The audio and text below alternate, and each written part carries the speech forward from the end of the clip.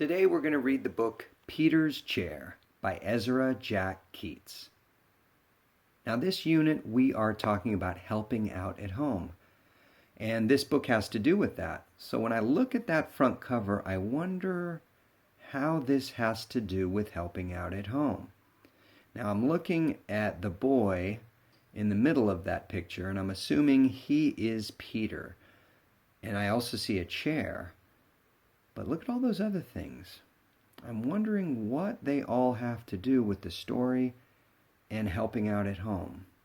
Let's read and find out.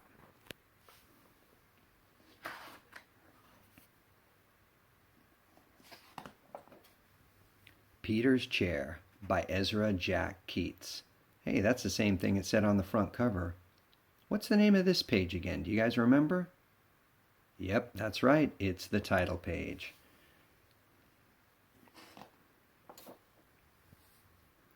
Peter stretched as high as he could. There! His tall building was finished.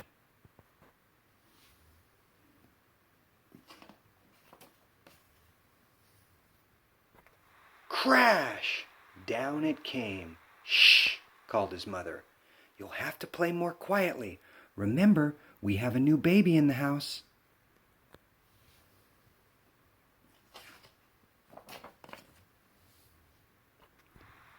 Peter looked into his sister Susie's room. His mother was fussing around the cradle. That's my cradle, he thought, and they painted it pink.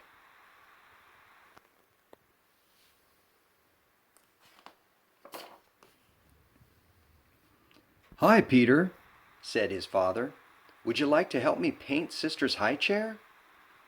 It's my high chair, whispered Peter.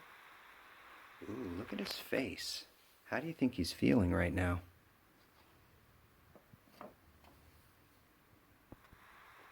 He saw his crib and muttered, My crib, it's painted pink too. Not far away stood his old chair. They didn't paint that yet, Peter shouted.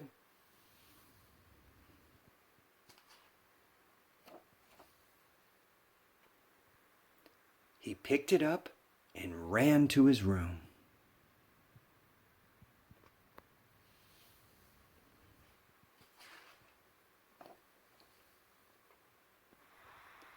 Let's run away, Willie, he said.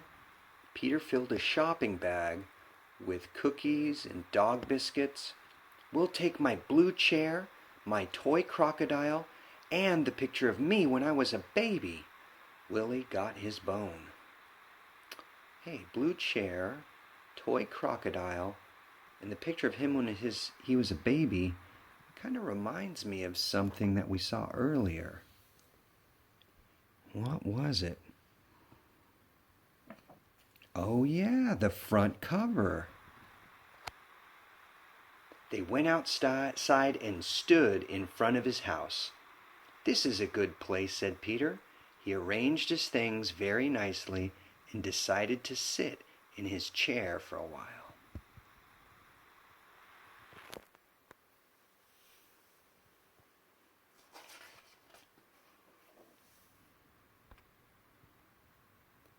But he couldn't fit in his chair. He was too big.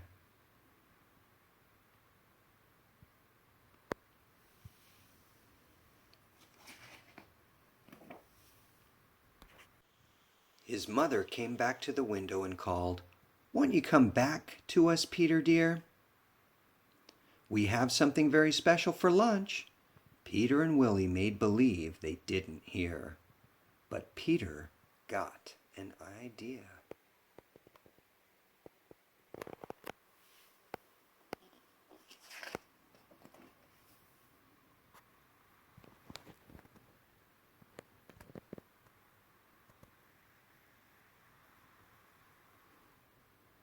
Soon his mother saw signs that Peter was home.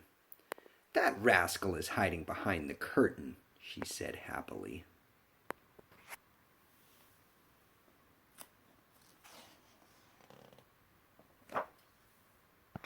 She moved the curtain away, but he wasn't there. "Here I am," shouted Peter.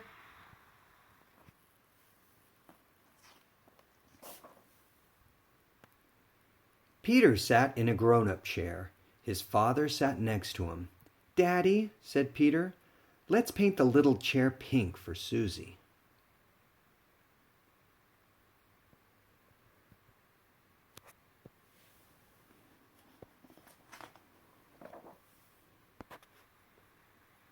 And they did.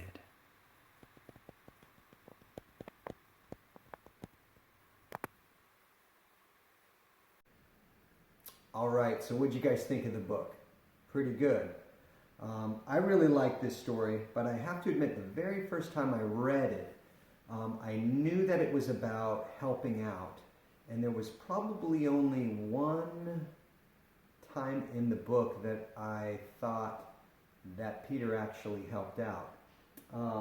If we take a look over here, I have a question for you. And the question is this: how does Peter help out at home? Now, after I reread it, I actually found a couple of other ways than my original guess on how he helped out. Now, if you'd like, you could always go back and re-listen to the book to see if you could find at least more than one way that he helped out. Now, if you're watching this with somebody else at home, you can kind of share your thoughts and ideas, or just share them in your mind. Take a little bit to think about that. How does Peter help out at home? And hopefully you can come up with more than one way. I'm going to go ahead and get started and tell you what I think was the most obvious way, the way that I first thought that he helped out early on, and it was near the end of the story. And it actually has to do with the title of the book, Peter's Chair, because at the very end of the story, what did he do? If you said he helped paint the chair, excellent. That was the first thing that I had thought when I was asking myself, how did he help out?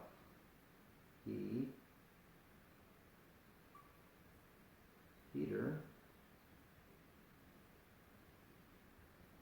painted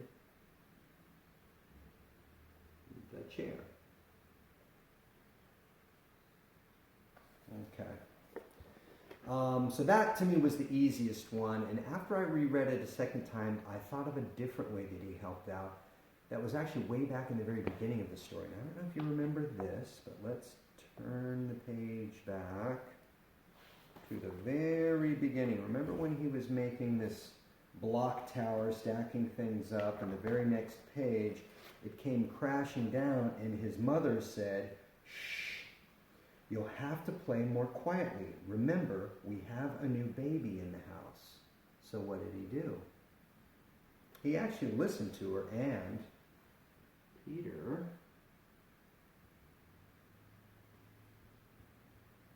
was quiet.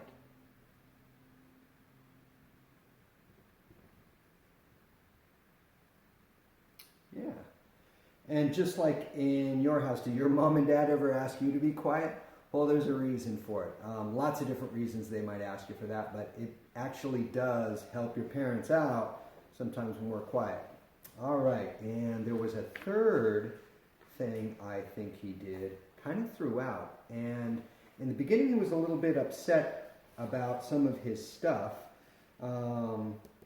Getting painted. He had his high chair. Of course, he had his crib. And then his chair near the end.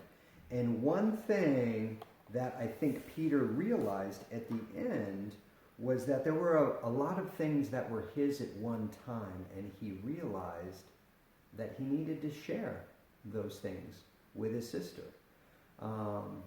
So when I was thinking about this, and I don't know if you came up with this one also, Peter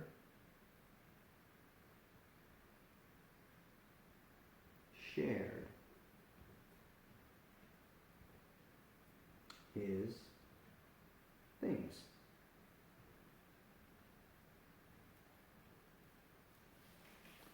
And I'm not sure how many of you guys at home share your toys, share different things. If you have a brother or sister or just friends in general, sharing our things is sometimes an important way that we can help out at home, especially if you have brothers or sisters, boys and girls. So I don't know if you came up with these three things. Maybe you came up with some other ones that I didn't even think of. In any case, what I'd like you guys to do at this point is I have a little assignment for you.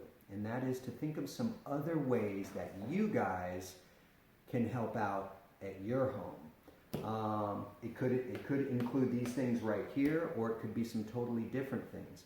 Now, I'm going to let you respond to me in different ways. I wish you were right here in front of me and could tell me, but since you're not, you could tell your parents what are some ways that you can help out. Maybe they can email it to me, or you could maybe draw a picture. And your parents might be able to email that to me. You could write something and draw a picture. And maybe if you do that, I can share some of your responses tomorrow. Okay? So see if your parents, now if you can't do that, that's okay as long as you're thinking about it. That's the most important thing. If you'd like to share it with me, get your parents involved and they can email it to me, or take a picture of something that you drew or something that you wrote, and tomorrow, if you do, I'll see if I can share those with you. Sound good? All right, boys and girls, thank you so much. Have a good day.